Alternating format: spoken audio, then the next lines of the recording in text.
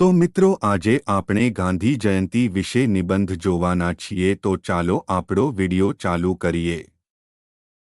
દર વર્ષે 2 ઓક્ટોબરે ગાંધી જયંતી આવે છે। 2 ઓક્ટોબર 1869ના રોજ પોરબંદરમાં ગાંધીજીનો જન્મ થયો હતો। તે આઝાદીની લડતના નેતા હતા। તેમણે અંગ્રેજો સામે અહિંસક આંદોલન કર્યું હતું। તેમણે દાંડીકૂચ કરી કાનૂનભંગની લડત ચલાવી હતી। તેમના આંદોલનોન પરિણામે 1947ની 15મી ઓગસ્ટે આપણો દેશ આઝાદ થયો।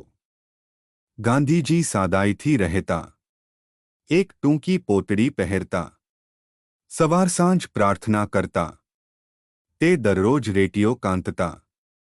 ઊંચ નીચના ભેદભાવોમાં તે માનતા નહોતા। સ્વદેશીના તે હિમાયતી હતા। ગાંધી જયંતીના દિવસે ઠેર ઠેર પ્રાર્થના સભાઓ યોજાય છે। ગાંધીજીના જીવનના પ્રસંગોને યાદ કરવામાં આવે છે। ઠેર ઠેર કાંતણના અને સફાઈના કાર્યક્રમો પણ યોજવામાં આવે છે।